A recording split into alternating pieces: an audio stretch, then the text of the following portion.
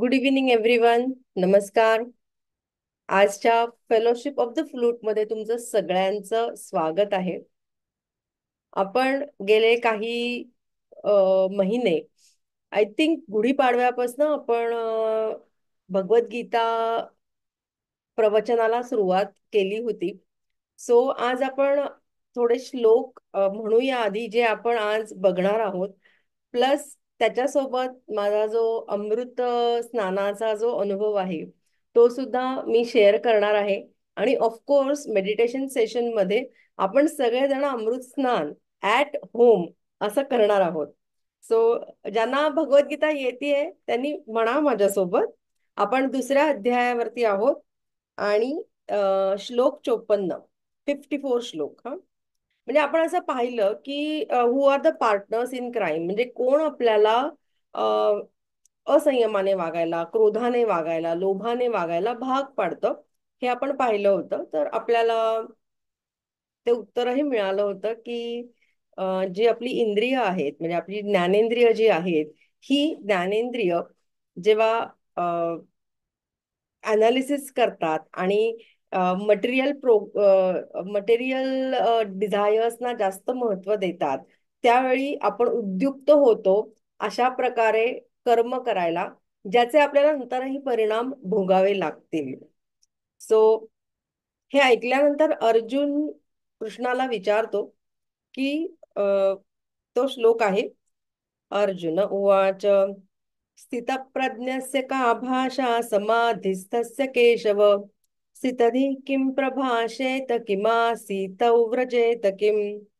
श्री भगवानुवाच. अर्जुन विचारतो की स्थितप्रज्ञ म्हणजे ज्याला इंद्रियांवरती पूर्ण कंट्रोल आहे, अशा माणसाची लक्षणं काय आहेत. तर कृष्ण त्याला उत्तर देतो. श्री भगवानुवाच प्रजहाति यदा कामान् सर्वान् पार्थ मनोगतान् आत्मन्नेवात्मना तुष्टः स्थितप्रज्ञस्तदोच्यते दुःखेष्वनुद्विग्नमनः सुखेषु विगतस्पृहः वीतरागभयक्रोधस्थितधीर्मुनिरुच्यते यः सर्वत्रानभिस्नेहस्तत्तत् प्राप्य शुभाशुभम् नाभिनन्दति न द्वेष्टि तस्य प्रज्ञा प्रतिष्ठिता यदा संवर्ते चायं कूर्मोऽङ्गानीव सर्वशः इन्द्रियाणीन्द्रियार्थेभ्यस्तस्य प्रज्ञा प्रतिष्ठिता विषया विनिवर्तन्ते निराहारस्य देहिनां रसवर्जं रसोऽप्यस्य परं दृष्ट्वा निवर्तते यततो ह्यपि कौन्तेय पुरुषस्य विपश्चितः इन्द्रियाणि प्रमाथीनि हरन्ति प्रसभं मनः वशे हि यस्येन्द्रियाणि तस्य प्रज्ञा प्रतिष्ठिता ध्यायतो विषयान् पुंसः सङ्गस्तेषुपजायते संगात संजायते कामः कामात क्रोधोभिजायते. एवढे श्लोक आपण आज बघणार आहोत. ओके. या श्लोकांचा एक अर्थ जसा आपण पुढे जाणार आहोत या डिस्कोर्स मध्ये, तो पण मी सांगेन तुम्हाला. म्हणजे कृष्णाने असं सांगितलं की वीतराग भय क्रोध, म्हणजे ज्याला भाव आणि आपले भावना यांचा जो आवेग आहे. म्हणजे बऱ्याच लोकांना हा प्रश्न पडलेला असतो की मला भावनांचा आवेग इतका अनावर असतो की त्यावेळी कळून सुद्धा मी काय करेक्ट आहे, काय करेक्ट ऍक्शन घ्यावी ती घेऊ शकत नाही. तर स्थितप्रज्ञ कोण असतो, तर ज्याचा भाव जो ओळखतो की माझ्या भावनांचा आवेग जो आहे तो मला माझ्या संयमाने किंवा माझ्या बॅलन्सने त्याला मला शांत करायचंय, किंवा मला त्याच्यावरती काही रिॲक्ट करायचं नाहीये. ही पहिली स्टेप असू शकते की काही रिॲक्शन न देणे. हळूहळू तुम्ही रिस्पॉन्ड करणं याच्याकडे पुढे जाऊ शकता. ओके. आणि मग अशा स्थितप्रज्ञ माणसाला जे काही लोभ आहेत, जी प्रलोभनं आहेत, ती काय आहेत, तर आपल्या शरीराची सुख अगेन आणि आपल्या मनाची सुख ही याला हरंती प्रसभम मनः, म्हणजे या मनाला ते इतके प्रभावित करतात ही सुख, की मन विसरून जातं की अरे मी मागच्या वेळी हे करू शकले होते पण आता मी हे नाही करू शकत आहे. Is what happens with our mind. Okay. पण हे विषय किंवा हे जे आपले मटेरियल प्लेजर्स आहेत, अ, याचा जेवढा आपण जास्त विचार करू, ध्यायतो विषयान पुस संगस्ते शोपजायते, म्हणजे काय की आपण जेवढा याचा विचार करू किंवा जेव्हा त्यांच्या संगतीत जास्त राहू, तितका आपला जो काय म्हणतात त्याला की त्या व्यक्तींसोबत किंवा त्याच प्रकारच्या गोष्टींसोबत आपला संबंध जास्त जास्त येऊ लागतो. आणि जेव्हा हा संघ किंवा जेव्हा हे अति राहणं जे आहे हे पुढे जाऊन घातक ठरतं. कारण की कुठलाही संघ जो कृष्ण संघ नाहीये, जो शरणागतीचा संघ नाहीये, तो कायमच आपल्याला टेम्पररी सोल्युशन देतो.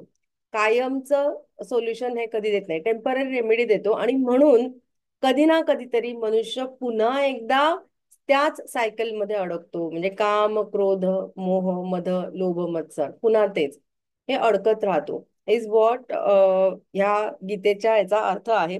सो ह्या बेसिसवरती मी माझं स्टोरी सांगते तुम्हाला की मी कुंभला जायचं का ठरवलं. म्हणजे आधी आय वॉज कम्प्लिटली, म्हणजे माझ्या डोक्यात विचारच नव्हता की मला महाकुंभला जायचं आहे म्हणून, because I had some responsibilities. पण फेब्रुवारीच्या फर्स्ट वीकमध्ये मी रोटरी सोबत काम करते, आपल्या सगळ्यांना माहिती असेल. तर आमच्या रोटरीची एक कॉन्फरन्स होती, जिथे 400-500 लोक एकत्र जमले होते एका रिसॉर्टमध्ये. मी स्वतः कुठेही असले तरी सुद्धा मी काही काळ हा स्वतःच्या मेडिटेशनसाठी काढते. तर तसंच मी एक जरा शांत स्पॉट बघून तिथे मेडिटेशन करत होते. मेडिटेशन करत असताना मला अचानक असं दिसलं किंवा असा दृष्टांत झाला की मी आळंदीला इंद्रायणीच्या तटावरती बसले आहे. आणि मी तिथे मेडिटेशन करते आहे. आणि एक छान अशी सोज्वळ तेजस्वी स्त्री एक पाण्याचा घडा घेऊन, कळशी घेऊन, ती इंद्रायणी नदीवरनं घाट चढून माझ्यापर्यंत आली. आणि मला म्हणले की अहो मॅडम, इथे एक साधू बसले होते, त्यांच्यासाठी मी पाणी आणलं, त्यांना हवं होतं, ते तर काय नाही येत आता, तुम्हाला देऊ का पाणी. मी म्हटलं द्या. म्हणून मी हात असा केला पाणी पिण्यासाठी. तिने घागर उलटी केली, तर घागर पूर्ण रिकामी होती तिची, टोटली एम्प्टी. तर ती म्हणली की मॅडम असं कसं झालं. तर मी म्हणलं चला आपण दोघी पण जाऊ इंद्रायणीमध्ये आणि तिथे जाऊनच पाणी पिऊया. तिथे तुमचा गडा पण तुम्ही भरा आणि तुम्ही जाऊ शकता, आपण पाणी पिऊ. म्हणून आम्ही दोघी इंद्रायणीच्या घाटावरनं पात्रापर्यंत गेलो. तर गेल्यानंतर शी वॉज लाईक, म्हणजे आम्ही दोघी ऍक्च्युली हैराण झालो. कारण की इंद्रायणीमध्ये पाणी जे होतं ते लुप्त झालं होतं. म्हणजे there was no water in Indrayani नदी. असा मध्ये कुठेतरी एक ओहळ दिसत होता. मग ती म्हणली की चला आपण तिकडे जाऊया का, कारण तुम्ही तुम्हाला पाण्याचं एवढं विचारलं आहे. सो मला कसं तरी वाटतंय, I need to give you that water. Okay. तर मी म्हटलं ठीक आहे, चला चलूया. सो आम्ही थोडंसं पुढे गेलो. आणि मग अचानक तिला काहीतरी झालं, ती म्हणजे अचानक काहीतरी आठवलं तिला. आणि ती म्हणली अरे बापरे, मला म्हणे घरचे वाट बघत असतील, माझं घरातली सगळी कामं बाकी आहेत, ही कळशी तुम्ही घ्या, तुम्ही प्या पाणी आणि कळशी तुमच्याकडेच ठेवा, असं म्हणून ती निघून गेली. मग मी हातात माझ्या कळशी होती आणि तिच्याकडे मी बघत होते, ती गायबच झाली. गायब म्हणजे निघून गेली. आणि तिच्याकडे बघत असताना मी म्हणजे मला असं जाणवलं की माझ्या पायापाशी शीतल पाणी वाहतंय. म्हणजे इंद्रायणीचं शीतल पाणी माझ्या पायावरनं वाहतंय. आणि जी कळशी होती ती पण जड झाली आहे. म्हणजे तिच्यामध्ये पाणी होतं, मी बघितलं त्याच्यात पाणी होतं आणि त्याच्यात मला एक बेलाचं पान दिसलं. आणि हे सगळं झाल्यानंतर मी पुन्हा म्हणजे मेडिटेशन, म्हणजे जिथे मी मेडिटेशन करत होते त्या स्थळावरती परत आले. आणि मेडिटेशन संपल्यानंतर मी ज्यावेळी डोळे उघडले, तोपर्यंत हे सगळं मला दृष्टांत झाला होता. मी ज्यावेळी डोळे उघडले त्यावेळी माझ्या आजूबाजूला इंद्रायणी काठ नव्हता आणि ती सुंदर तेजस्वी स्त्री पण नव्हती. सगळे माझे फेलो रोटेरियन्स होते. ओके. पण माझ्या पायाला, जिथे मी बसले होते तिथे मला जाणवत होतं की इंद्रायणी नदी अजूनही शीतलतेने वाहतीये माझ्या पायांपासून. माझ्या पायांना ती शीतलता देते. आणि तेव्हा मला इशारा असा तो जाणवला की this is telling me that I need to visit river. तर आधी मला वाटलं नर्मदा असेल का, पण माझ्या हातात बेलाचं म्हणजे कुंभ होता, बेलाचं पान पण होतं. सो मला डेफिनेटली हे जाणवलं आतून की हा मला गंगेने दिलेला इशारा आहे. I need to go to this Kumbh Mela, महाकुंभामध्ये मला जायला पाहिजे. सो त्याच्यानंतर मी तिकीट्स काढले. तिकीट्स काढल्यानंतर ज्या दिवशी मी प्रवासाला निघाले त्या दिवशी यू हॅव सीन मी शिवनेरीने गेले मुंबईपर्यंत. तर मला बरं नव्हतं, म्हणजे मला असं विकनेस जाणवत होता, कणकण होती, असं अंग सगळं दुखत होतं अँड ऑल. सो तरी म्हणजे मला घरातले म्हणाले की तू कसं काय करशील. मी म्हणलं ठीक आहे, होईल सगळं व्यवस्थित. सो मी पोहोचले रात्री मुंबईवरनं लखनौला रात्री 1 वाजता पोहोचले. आणि डिरेक्टली तिथनं मी बाय रोड म्हणजे कॅब बुक केली होती. बाय रोड मी पोहोचले प्रयागराजला पहाटे 5-5:30ला. आणि अं, संगमावरती बोटीने गेले. तर तो टॅक्सीवाला पण माझ्याकडे बघून, मी इतकं सगळे थंडी होती आणि मला अशी पण थंडी वाजत होती. मी अनेक गरम कपडे म्हणजे शॉल, कानटोपी असं सगळं घालून टॅक्सीमध्ये बसले होते. सो टॅक्सी ड्राइवर मला म्हणला, मैडम आपको इतना ठंड लग रहा है, आप कैसे क्या नहाएंगे, उधर बहुत ठंडा होगा पानी संगम पे. तर मी म्हणलं ठीक आहे, बघूया काय होतंय. सो मी या निर्धाराने बोटीत बसले, संगमापर्यंत गेले. आणि मला अंग दुखतच होतं, कणकण होतीच. तरी सुद्धा मी प्रवाहात प्रवेश केला. पहिला पाय टाकला त्यावेळी पाणी गार होतं. थोडी आत गेले, खांद्यापर्यंत गेले, तरी पण जरासा गारवा जाणवतच होता पाण्याचा. पण आता मी म्हणलं की आपल्याला बुलावा आलाय, तर आपण हे करायलाच पाहिजे. जे काही तिथे डिप घेणं आहे, अमृत स्नान करणं जे आहे ते घ्यायलाच पाहिजे. म्हणून मी पूर्ण खाली गेले पाण्याच्या. आणि अक्षरशः खाली गेल्यानंतर आय फेल्ट की गंगा, यमुना, सरस्वती अशा तिन्ही नद्या, तिन्ही माता, म्हणजे इतकं उबदार पाणी होतं आतमध्ये गेल्यानंतर की मला असं वाटलं की या तिन्ही मातांनी मला मिठी मारली आहे आणि मला कुठल्याही प्रकारे गारवा त्या जाणवू देत नाहीयेत. So that I can stay inside it, I can ते अमृत स्नानाचा अनुभव घेणं, हे मी करू शकावं. यासाठी या तीनही दिव्य नद्या, दिव्य माता माझ्यासाठी प्रयत्न करतायत.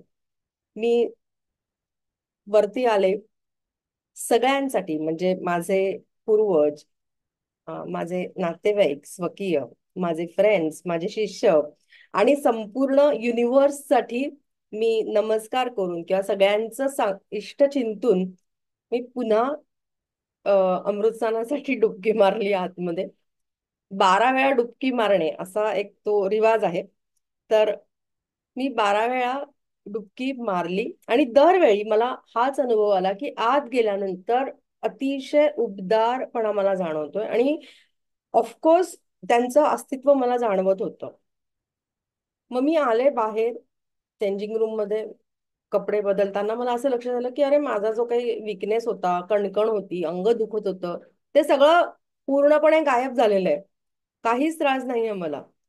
सो मी त्या बोटीत परत बसले आणि त्याला म्हणलं की मला या संगमावरती थोडा वेळ मेडिटेशन करायचंय. तो म्हणला हाँ रुका तो हो ना मैडम, लेकिन आपको ठंडी नहीं लगेगी क्या, आते हुए आप ऐसे बहुत शॉल वील सब पहना था आपने. तो बोला अभी नहीं लग रहा है मुझे कुछ, आप लेके चलो मुझे संगम पर. तर त्याने तिथे संगमावरती ऍक्च्युली अर्धा तास मोटरबोट होती ती थांबवली एका ठिकाणी स्टेशनरी, आणि I could meditate on the संगम. आणि संगमावरती इतकं विलोभनीय दृश्य होतं नद्यांचं. म्हणजे गंगा मैया एकीकडनं येते, तिचा निळा प्रवाह होता. यमुना मैया एकीकडनं येते, तिचा ग्रेइश असा तिला टिंज आहे त्याच्या पाण्याला. आणि त्यामध्ये स्पार्कलिंग व्हाईट असं सरस्वतीचं पाणी दिसत होतं.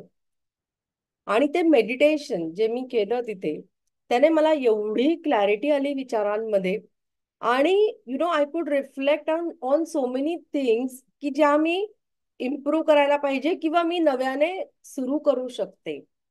आणि अनेक म्हणजे यू कॅनॉट म्हणजे तो क्लॅरिटी येणं हा जो आहे, हा भाग अ, मी एक्सप्लेन नाही करू शकत आहे, इतकी मला क्लॅरिटी मिळाली. मग मी परत आले. ऑफकोर्स बाकी तिथे जे आखाडे आहेत, नागा साधू आहेत वगैरे वगैरे, तर असे अनेक साधू नर्मदा परिक्रमेमध्ये मी ऑलरेडी अनेक लोकांना भेटले होते. त्यामुळे मला फारसं त्याचं अट्रॅक्शन नव्हतं. गर्दी खूप होती, पण सगळेजण अतिशय शिस्तबद्ध पद्धतीने चालले होते. म्हणजे कुठेही स्टॅम्पीड, कुठेही एकमेकांना धक्काबुक्की असं कुठेही नव्हतं, कुठल्याच किनाऱ्यावरती आणि कुठल्याच प्रयागराजच्या रस्त्यांवरती नव्हतं. आणि ट्रॅफिक कंट्रोल तर होताच, बिकॉज लोकांना जायला उशीर लागत होता, बिकॉज बॅरिकेड्स लावले होते, त्यामुळे व्हेकल्स काठापर्यंत पोहोचायला वेळ लागत होता आणि म्हणून उशीर लागत होता. पण स्टॅम्पीड किंवा लोकांची अशी काय म्हणू आपण त्याला, की कसेही चालले आहेत असं नव्हतं. शिस्तबद्ध पद्धतीने सगळेजण रस्ते चालत होते. सगळ्यांच्या तोंडामध्ये जयघोष होता शंकराचा, आणि गंगा नदीचा, यमुना नदीचा, सरस्वती नदीचा. असं इतकं भारावलेलं आणि असं मंतरलेलं सगळं ते वातावरण होतं. म्हणजे असं वाटत होतं की इथून आपण जायला नाही पाहिजे, आपण इथेच राहायला हवं. असं मला अजूनही वाटतंय की आपण तिथेच राहायला पाहिजे. बिकॉज तिथे जी क्लॅरिटी मिळते, ती इथे आल्यानंतर खूप प्रयत्न करावे लागतात ती क्लॅरिटी येण्यासाठी. Because we are involved in so many of the duties. आपल्या ज्या ड्युटीज रोजच्या चालू असतात त्याच्यामध्ये आपण इन्व्हॉल्ड असल्यामुळे ती क्लॅरिटी येण्यासाठी आपल्याला प्रयत्न जास्त करावे लागतात. सो त्यानंतर मी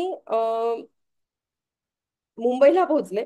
म्हणजे मी अक्षरशः त्या दिवशी, म्हणजे मी I had not eaten anything. मला एक तर फिवर आणि हे सगळं होतं, मी काही खाल्लं नव्हतं.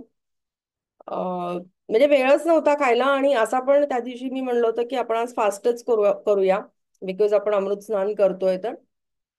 पण what I am trying to tell you is की मी ऑलमोस्ट 24 अवर्स काही खाल्लं नव्हतं. 36 अवर्स झाले 24चे. पण मला जो विकनेस होता किंवा मला जो एक कणकण होती, ज्याच्यामुळे असं वाटू शकतं आपल्याला घेरी येईल, आपल्याला चालवणार नाही वगैरे, तर असं काहीही झालं नाही. आय वॉज सो एनर्जेटिक आणि मला मस्त मजा आली. म्हणजे मी खूप एन्जॉय केले सगळे मेडिटेशन्स तिथले. तिथे एक सरस्वतीचं स्थान आहे, सरस्वती नदीचं, जिथे सरस्वती नदी लुप्त झाली ते स्थान प्रयागराज मध्ये आहे. आणि तिथे दिसते सरस्वती, आणि सेम स्पार्कलिंग व्हाईट वॉटर तिथे दिसतं. मी त्याच्याकडे बघितलं तेव्हा मला पुन्हा पायावरती जाणवलं की इंद्रायणी नदीचं शीतल पाणी माझ्या पायावरनं जातंय. It was it's just out of the world experience. म्हणजे इतके लोक होते तरी पण माझं मेडिटेशन खूप छान झालं तिथे. मग मी मुंबईला आले परत. आणि मला जवळच एक इव्हेंट होता मुंबईला. सो मी रिक्षा केली, कारण ते हॉटेल जिथे होतं ते अराउंड 7 किलोमीटर वरती ते हॉटेल होतं. सो आय टूक अ रिक्षा फ्रॉम एअरपोर्ट. तर तो रिक्षावाला मला पुढे गेल्यावर म्हणला की ये प्रीपेड रिक्शा है, इसका जो चार्ज है वो 260 रुपीज है. तर मी म्हणलं भैया 5 किलोमीटर्स के लिए इतना ज्यादा है ना. तर मी म्हटलं तुम्ही मला इथे उतरवा. मी त्याला नम्रपणे सांगितलं मला इथे उतरवा तुम्ही मेन रोड वरती, आय गो, मी दुसरी रिक्षा घेऊन पुढे जाईन. तर त्याने मला मेन रस्त्यावरती उतरवलं आणि एका गल्लीत मी चालू लागले टुवर्ड्स माय व्हेन्यू. तर मला रिक्षा मिळेना पुढे. मी मॅपवर पाहिलं की एक 15 मिनिटं चालत अंतर होतं. तर मी म्हटलं ठीक आहे, मिळाली रिक्षा तर ओके आहे, नाहीतर आपण चालत जाऊया. एक 5-10 मिनिटं मी चालले आणि माझ्या लक्षात आलं की माझी सॅक मिसिंग आहे. तर माझा फक्त फोन माझ्याकडे होता आणि बाकी सगळ्या इम्पॉर्टंट गोष्टी सॅक मध्ये होत्या, म्हणजे वॉलेट, कार्ड्स. पॉवर बँक्स वगैरे वगैरे सगळं सॅक मध्ये होतं. सो मला, मी खरं सांगते, I was not panic even for a moment. Okay. मी फक्त विचार केला की आपले सगळ्या गोष्टी त्याच्यामध्ये आहेत. सो मला असं वाटलं की मी एअरपोर्टवरतीच विसरले ते सगळं. म्हणून मी म्हणलं की आता रिक्षा घेऊया आणि एअरपोर्टला परत जाऊ. म्हणून मी वळले त्या गल्लीमध्ये, आणि समोरून सेम रिक्षावाला आला. तो म्हणला, मैम बैठिए, देखिए आपका बैग है इधर, और चलिए मैं आपको छोड़ देता हूँ आपके हॉटेल तक. मी बसले त्या रिक्षामध्ये, त्याने मला सोडलं, आणि तो अतिशय निर्मळपणे त्याने मला हॉटेलपर्यंत सोडलं. सो दिस इज लाईक हा म्हणजे मटेरियल मिराकल आहे. पण हे कसं घडलं, आय कॅनॉट एक्सप्लेन. म्हणजे तो आला माझ्यासमोर, मी वळल्याबरोबर वॉज लाईक म्हणजे कृष्णाचा किंवा गंगेचा, शंकराचा आशीर्वाद असणे हे या गोष्टीसाठी फार आवश्यक आहे. आणि ऑफकोर्स हे सगळे अनुभव अमृतस्नानाचे खूपच चांगले होते, आणि आज आपण अमृतस्नान करणार सुद्धा आहोत. पण काल शिवरात्र पण होती.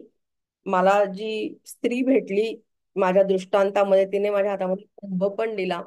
सो बेसिकली आपण ज्याला म्हणतो की अमृत स्नान इज रिलेटेड टू समुद्र मंथन. समुद्र मंथनाची स्टोरी बहुतेक सगळ्यांना माहिती असेल, की देव आणि दानव यांच्यामध्ये म्हणजे या दोघांनी मिळून समुद्र मंथन केलं. म्हणजे गोष्ट अशी आहे की इंद्र नुकतीच एक लढाई जिंकला होता अ, एखाद्या असुराबरोबर.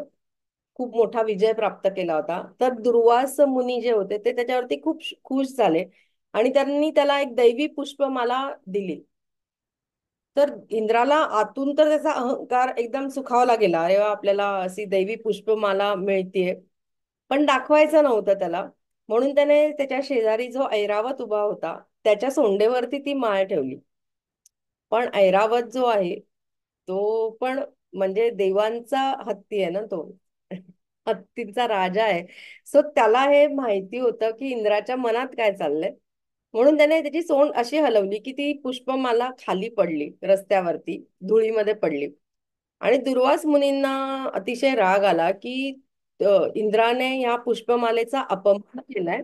सो त्याने असा शाप दिला की म्हणजे देवांचं जे अमरत्व आहे आणि देवांचं जे वर्चस्व आहे, त्यांची शक्ती जी आहे ती पूर्णतः लुप्त होईल.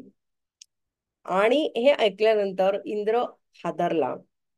आणि मग त्याने अ, शंकराला, सॉरी, शंकराला, ब्रह्माला अ, विचारलं, मी याच्यातनं काय मार्ग काढू. त्यांनी सांगितलं की कृष्णच तुला, म्हणजे विष्णू तुला यातनं मार्ग दाखवेल. सो तो विष्णू कडे गेला, आणि मग विष्णूने त्याला सांगितलं, आयडिया दिली की बेसिकली तुला शाप तर दिलाय आता, मग तुम्हाला अमृत परत प्यायल्याशिवाय तुझी शक्ती प्राप्त होणं देवांना, आणि तुम्हाला अमरत्व प्राप्त होणं हे शक्य नाहीये. आणि अमृत जर काढायचं असेल तर त्यासाठी समुद्र मंथन करायला लागेल. मग समुद्र मंथन करण्यासाठी जी शक्ती पाहिजे, त्यासाठी फक्त देवांची शक्ती पुरी होत नव्हती. म्हणून त्यांनी आसुरांना पण त्याच्यासोबत घेतलं. म्हणजे बळी जो त्यांचा मुख्य होता त्याला पण आमिष दाखवलं की यातनं जे काही बाहेर येईल ना, सगळं रत्न वगैरे, ते आपण अर्धे अर्धे वाटून घेऊया. आणि मग ह्या आमिषावरती दैत्यांनी सुद्धा त्याला होकार दिला, आणि समुद्र मंथन सुरू झालं. मग त्यातनं अनेक रत्न बाहेर आली. म्हणजे बघा, समुद्र मंथनातनं जे जे आलं, अनेक गोष्टी बाहेर आल्या, अनेक रत्न बाहेर आली. तर त्याच्यामध्ये जर का तुम्ही बघितलं तर कामधेनू पण आली, म्हणजे दूध किंवा शीतलता. आणि त्याच्यातनं वारुणी पण आली, म्हणजे दारू पण आली. ओके. त्यातनं अमृत पण आलं, आणि त्यातनं हलाहल पण आलं, म्हणजे विष पण आलं. ओके.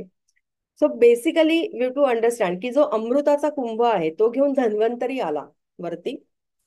आणि त्याच्या हातात अमृताचा कुंभ आहे हे जसं कळलं देवांना आणि दानवांना, तसं ते त्याच्या मागे पळू लागले की आपल्याला हा बळकावायचा आहे अमृताचा कुंभ. आणि तो पळू लागला. आणि हे पळत असताना त्यातनं जे काही अमृताचे ड्रॉप्स सांडले ते प्रयागराजमध्ये सांडले. अ, हरिद्वार सॉरी ऋषिकेशला, नाही सॉरी हरिद्वारला, उज्जैनला आणि नाशिकला ते अमृताचे थेंब पडले. आणि म्हणून महाकुंभ किंवा कुंभमेळा हा या 4 ठिकाणी होतो. ओके, हा त्याचा एक रेलेव्हन्स आहे, मायथॉलॉजिकल रेलेव्हन्स आहे. आणि यातनं म्हणजे अमृत आल्यानंतर त्यातनं विष पण आलं, म्हणजे हलाहल नावाचं विष पण आलं. ओके, तर हे विष सुद्धा म्हणजे अमृत ऑलरेडी देव प्यायले होते, म्हणजे कृष्णाने तिथेही देवांना मदत केली मोहिनी रूपामध्ये. देवांना तो अमृत देत होता कृष्ण, सॉरी विष्णू. आणि असुरांना दुसरंच काहीतरी देत होता. सो देवानी अमृत प्राशन झालं होतं देवांचं. पण तरी हलाहल ज्यावेळी आलं त्यावेळी याचा आपल्याला त्रास होईल हलाहलचा, म्हणून देव सुद्धा त्याला हात लावायला मागेनात. दानवांना तर अशक्यच होतं, कारण की त्यांना अमृत मिळालंच नव्हतं. आणि मग हे जे हलाहल आहे हे शंकराने प्राशन केलं. ओके, कालच शिवरात्र होती म्हणून हे मी सांगते की त्याने हलाहल प्राशन केलं. ओके, तर हलाहल म्हणजे काय? Actually if you really see, आपण या स्टोरीचा जर का सिम्बॉलिक अर्थ घेतला तर आपल्या ज्या डिझायर्स आपल्याला प्राप्त करायच्या आहेत त्यासाठी आपण अनेक प्रकारचे एफर्ट्स करतो. आणि त्यातनं आपल्याला अनेक मटेरियल डिझायर्स आपल्या पूर्ण सुद्धा होतात. आपल्याला घर आहे, गाडी आहे, आपल्याला पैसा आहे, हे सगळं यातनं मिळत राहतं आपल्या एफर्ट्स मधनं. ओके, पण हे एफर्ट्स करत असताना म्हणजे जसं आपल्याला अमृत मिळतं, आपल्याला डिझायर्स आपल्या कम्प्लीट होतात, तसंच आपल्याला या गोष्टी करत असताना आपल्याकडनं ज्या ऍक्शन्स कळत नकळत चुकीच्या होतात त्याचे जे परिणाम आहेत ते सुद्धा आपल्याला भोगावे लागतात, जे आहे हलाहल. आणि हे हलाहल पिणे म्हणजे काय, तर माझ्याकडनं हे झालेलं आहे याची जबाबदारी घेणं हे मनुष्य नाकारतो. सो हलाहल पिणं, शंकराने हलाहल प्यायलं म्हणजे काय, की त्याच्यामध्ये एवढी ताकद होती की तो इतरांनी केलेल्या ज्या चुकीच्या ऍक्शन्स आहेत त्याचं सुद्धा जबाबदारी घ्यायला शंकर तयार होता आणि त्याने हलाहल प्यायलं. तर आपण ऍक्च्युली, मला असं वाटतंय की अमृत मंथनातनं किंवा अमृत कुंभातनं आपण एक गोष्ट चिंतनामध्ये घ्यावी की इतरांची जबाबदारी घेणं right now may be not possible. पण आपल्याकडनं जी कर्म घडतायत किंवा घडून गेलेली आहेत, ज्याचे मला आत्ता काही त्रास होत आहेत, तर त्याची जबाबदारी स्वीकारणं हे कोणी करायला पाहिजे, तर मी करायला पाहिजे. आपल्या प्रत्येक ऍक्शनची ह्याच्या पुढच्या सुद्धा जबाबदारी घेणं हे सुद्धा मी करायला पाहिजे. आणि म्हणून आपण आपल्या सगळ्या ऍक्शन्स, म्हणजे ज्या आपल्या चुकीच्या ऍक्शन्स म्हणजे कुठल्या ऍक्शन्स आहेत, आपण काही कोणाचा खून नाही केलेला, आपण काही कोणाला फसवलेलं नाहीये, पण आपण कोणाला दुखावलं आहे, कधी कधी आपण असंयमाने वागलो आहे, कधी कधी आपण आपल्या फायद्यासाठी खोटं बोललो आहोत, वगैरे वगैरे अनेक गोष्टी घडतात. त्याला रिझन्स पण असतील, एक्सक्युजेस पण असतील, पण ते आपल्याकडनं घडलेलं आहे. सो याच्या पुढच्या ऍक्शन्स ज्या, म्हणजे याची सगळ्याची जबाबदारी घेणं. आणि ही जबाबदारी घेत असताना म्हणजे अमृत सॉरी हलाहल पचवणं म्हणजे काय, तर ही जबाबदारी घेऊन सुद्धा आपल्याला त्रास करून न घेणं म्हणजे चिंतन करणं की मी माझ्यामध्ये काय इम्प्रूव्हमेंट आणू शकते, आणि ती इम्प्रूव्हमेंट आणणं आणि आपल्या पुढच्या सगळ्या कर्मांमध्ये ती इम्प्रूव्हमेंट सतत ठेवणं म्हणजे हलाहल पचवणं आहे. ओके, सो म्हणजे आपण आताच म्हणजे काल शिवरात्री झाली, तर बेसिकली मला एक दोन ओळी ज्या सुचल्या त्या अशा आहेत की आसान नहीं, आसान नहीं, शंकर होके जीना, नीलकंठ होकर जीना, आसान नहीं नीलकंठ होकर जीना, कंठ में हलाहल, होठों पे अमृत झलकाना, आसान नहीं महादेव बन के जीना, आसान नहीं महादेव बन के जीना, खुद भस्म में नहाए, दिलों पे केसरिया लहराना. हे आपण करायला अवघड असलं तरी आपण हे करू शकतो, बरं का. म्हणजे when you really are into meditation stage, आपल्याला ह्या गोष्टी कळतात आणि आपण हे ऍक्च्युली करू शकतो. यासाठी आपल्याला कुठे लढाई करणं गरजेचं नसतं.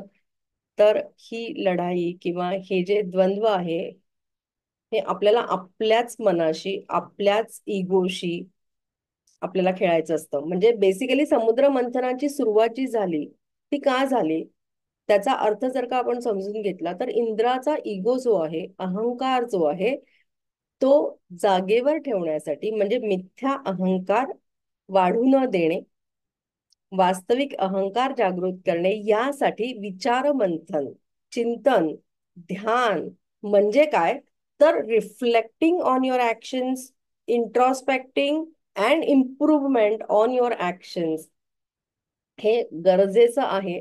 आणि जे त्या काळी अमृत मंथन झालं, तेच अमृत मंथन आपण रोज करणं, तेच समुद्र मंथन आपण रोज करणं अपेक्षित आहे. आणि असं जर का केलं आपण, तर आपल्या घरी सुद्धा आपण रोजच्या रोज महाकुंभमेळा हा साजरा करू शकतो. त्याचं अमृत स्नानाचं जे इफेक्ट्स आहेत, जे बेनिफिट्स आहेत, ते आपण इथल्या इथे सुद्धा घेऊ शकतो.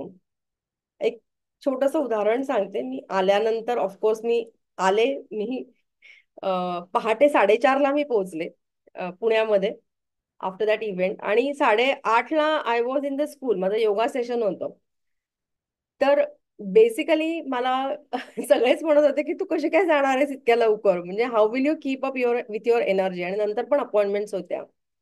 पण आय थिंक आणि आय बिलीव्ह की मेडिटेशन जे तिथे घडलं, त्यामुळे मला ही ताकद मिळाली. आणि हे मी पुढे करू शकले. त्या शाळेत जाऊन योगा सेशन घेणं, पुढच्या अपॉइंटमेंट्स घेणं, हे सगळं करू शकले. आणि ऑफकोर्स तो एक मी स्टोरी तर शेअर केली आहे की सगळी लहान मुलं होती. तर महाकुंभचा अनुभव मी त्यांना ज्यावेळी थोडासा सांगितला, त्यांना इतकं छान वाटलं की प्राणायाम करताना त्यांनी इझिली प्राणायाम शिकला आणि मस्त त्यांना अनुभव पण खूप चांगला आला त्या सगळ्या मुलांना.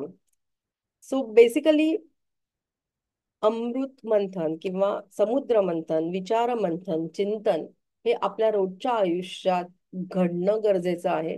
आणि ज्यासाठी आपल्याकडे रेकी सारखा मार्ग आहे. रेकी प्रिन्सिपल्स आपण फॉलो करतो, ते काय आहे, ते विचार मंथन आहे. रेकी लेवल 2 आपण चक्रांवरती मेडिटेशन जे करतो ते काय आहे. रेकी लेवल 3 मध्ये चक्र ऍक्टिव्हेशन आपण करतो ते काय आहे. तर बेसिकली हे करत असताना आपण विचार मंथन किंवा चिंतन हेच करतो आणि स्वतःमध्ये इम्प्रूव्हमेंट आणण्याचा प्रयत्न करतो. So you all are on the path. फक्त अशा स्थानांना जाऊन, जसं अमृत स्नान आहे, प्रयागराजमध्ये महाकुंभ आहे, किंवा नर्मदा परिक्रमा, किंवा गिरनार परिक्रमा, अशा ठिकाणी जेव्हा आपण विजिट करतो, त्यानंतर आपली जी दृढता आहे मेडिटेशन मधली, ती इम्प्रूव्ह होते. आणि याचा अनुभव मला दरवेळी आलेला आहे की तिथे जाऊन आपल्याला जी क्लॅरिटी मिळते विचारांची, त्याने आपली दृढता जी आहे मेडिटेशन करण्याची, ती वाढत जाते. आपण लवकर मेडिटेटिव्ह स्टेजमध्ये जाऊ शकतो. आता एक छोटासा मी सांगते अनुभव तुम्हाला की परवा एक वन ऑफ माय स्टुडंट्स, तिने काहीतरी पोस्ट केलं फेसबुकवरती आणि त्याला ट्रोलिंग झालं पोस्टला. तर त्याच्यावरती अनेक, म्हणजे शी वॉज व्हेरी मच डिस्ट्रेस्ड. कोणी तिला तिच्या बाजूने बोलत होते, कोणी अपोजिट बोलत होते, कोणी काहीतरी वाईटच, म्हणजे अतिशयच क्लेशदायक कॉमेंट्स पण करत होते. सो ती माझ्याकडे आली. तिला कारण कुठल्याच कमेंटने तिला बरं वाटत नव्हतं. जे तिच्या बाजूने होते त्या कॉमेंट्सने पण तिला बरं नव्हतं वाटत. सो ती मला भेटायला आली. मला म्हणे, मॅडम मी काय करू, मला सांगा, मला अजिबात सुचत नाहीये, मी अतिशय डिप्रेस्ड आहे या ट्रोलिंगमुळे. तर मी तिला म्हटलं, तू मेडिटेशन शिकलेली आहेस, ध्यान करतेस तू, सो मला एक सांग तू की यातली एक तरी कॉमेंट इतकी महत्वाची आहे का की जी तुला ध्यानापासून, तुझ्या अवेअरनेस पासून दूर नेऊ शकेल एवढी महत्वाची एकतरी कॉमेंट आहे का ह्याच्यावरती रिफ्लेक्ट कर. And she got the answer. Okay. So basically आपल्या ऍक्शन्स, आपले कर्म चांगले ठेवणं, आपल्या ऍक्शन्सची रिस्पॉन्सिबिलिटी घेणं म्हणजे खरं अमृत स्नान आहे. So with on this note आपण अमृत स्नानाच्या मेडिटेशनला सुरुवात करणार आहोत. So everyone just be ready for this Amrit Snan experience at your home.